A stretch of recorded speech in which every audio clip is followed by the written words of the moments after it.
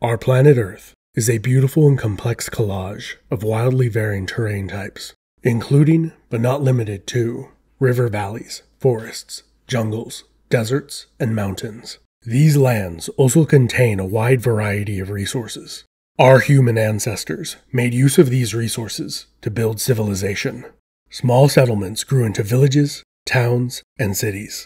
City-states expanded into kingdoms and empires. As well as to build and create, humanity's energy and resources have been used to take and destroy. Since the beginning of written history, humans, which are often selfish and greedy, have used force to exploit the labor of another man's hands and take his stuff. The earliest war in history we have a record of took place between Elam and the Sumerian king of Kish, who boasted that he carried away the spoils and weapons of Elam. Undoubtedly, there were many wars before this that we do not have records of, and many more that have been fought since. Of all the pieces of land on Earth, one of the most contested and fought over has been the Levant. Roughly speaking, the Levant is the land around the eastern Mediterranean coast. The southern portion of the Levant has commonly been called the land of Canaan. For thousands of years, a constant cavalcade of imperial armies have marched through and dominated this region. Canaan is not one of the most resource-rich regions on the planet, but it is one of the most strategically important, especially for many of history's most ambitious empire builders. Canaan was not only strategically important for the movement of armies, the region was also at the vital crossroads of all the major land routes for trade between Egypt and the greater Near East. Whoever controlled Canaan could regulate and tax the significant amount of trade that flowed through. However, controlling Canaan was never an easy task. For the relatively small size of its land area, there is an extreme topographical variation throughout the region. Different microclimates, terrain, and drastic changes in elevation naturally divide Canaan into many micro-regions. To oversimplify, most of Canaan can be divided into 4 broad categories. 1. The coastal plain. 2. The hill country. 3. The Jordan Rift River Valley. 4. The Transjordanian Plateau. If you looked at a cross-section of the land, it would look something like this. Because of science reasons, the vast majority of the region's significant rainfall falls to the west of the Jordan Rift, and the land within the rift receives very little rainfall. Consequently, much of the best farmland has been located on the coastal plain. Because the coastal plain and hill country were largely dependent on seasonal rainfall, they were susceptible to periodic drought and famine.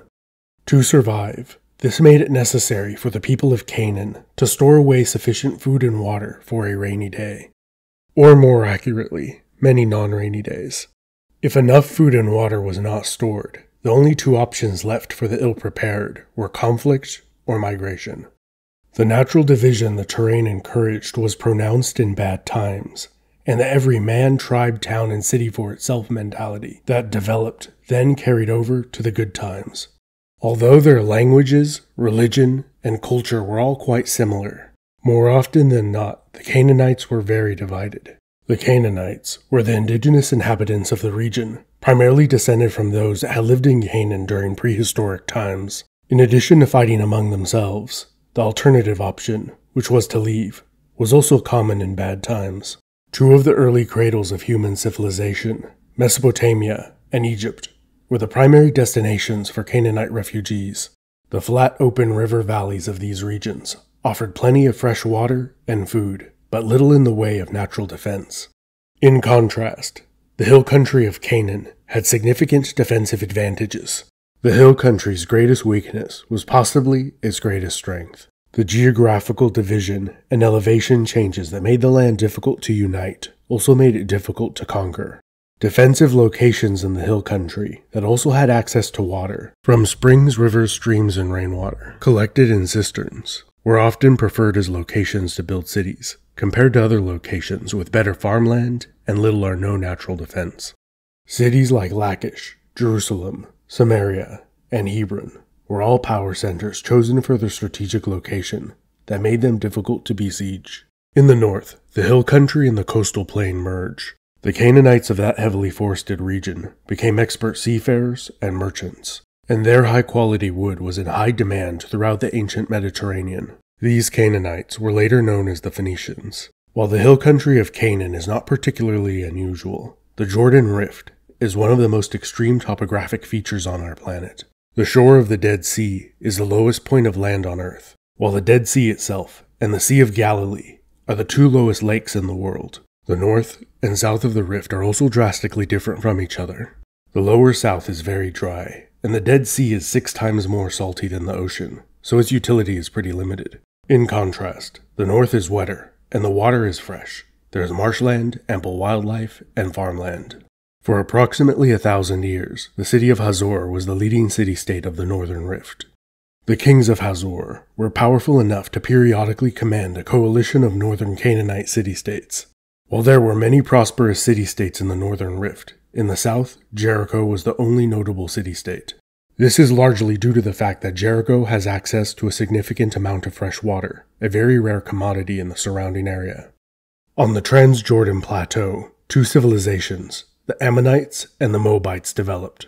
They both became centralized kingdoms in the later 2nd millennium BC. They were centered around modest river valleys, which were fed by underground springs that flowed into the Jordan River. The north of the Transjordan region was dominated by the Amorites and later the Arameans, both coming from around what is now the Syrian highlands. The economy of Ammon and Moab were largely dependent on the outermost inland trade route that connected the Near East to Egypt. That trade route passed through Edom. Like the other Canaanites, Ammonites, and Moabites, the Edomites were a Semitic-speaking people. They possessed some of the least hospitable land in the region. Because quality farmland was in short supply, the Edomites were predominantly semi-nomadic pastoralists. Consequently, whenever they could not make a living off of taxing trade, they often turned to banditry, raiding as far north as the Jezreel Valley, and to the west to the borders of Egypt. As early as the first dynasty of Egyptian pharaohs, the strategic importance of Canaan was realized. At the site which would later become Gaza, the Egyptians built a fortress which guarded Egypt's economic and military interests in the region. After a few hundred years, that site was retaken by the coastal Canaanites. During the early Bronze Age, several fortified Canaanite towns grew into cities. The largest known sites of this period were Enasur, Megiddo, and Jericho. The last centuries of the early Bronze Age were marked by the depopulation and abandonment of the larger urban sites in Canaan. Smaller farming villages and a semi-nomadic way of life became more prevalent for a time. In the Middle Bronze Age, urbanism returned and increased. It was during this period that Hazor rose to become the leading city-state in northern Canaan, while Ashdod and Ashkelon became the leading cities of the coastal plain, and Lachish, Jerusalem, and Hebron became the leading cities of the hill country. As the land prospered and the trade flowing through the region increased, imperial powers began to increase military pressure on Canaan. Senwosret III is the first known Egyptian pharaoh to campaign in Canaan. There he vassalized kings and extracted tribute and plunder. While Egypt put pressure on the south, the Amorite kingdom of Qatna put pressure on the north. They extracted tribute, and Hazor became a nominal vassal of Qatna. Perhaps because of this military pressure, many Canaanites migrated into the Nile Delta. The Egyptians called the wave of migrants, who were predominantly or entirely comprised of Canaanites, the Hyksos.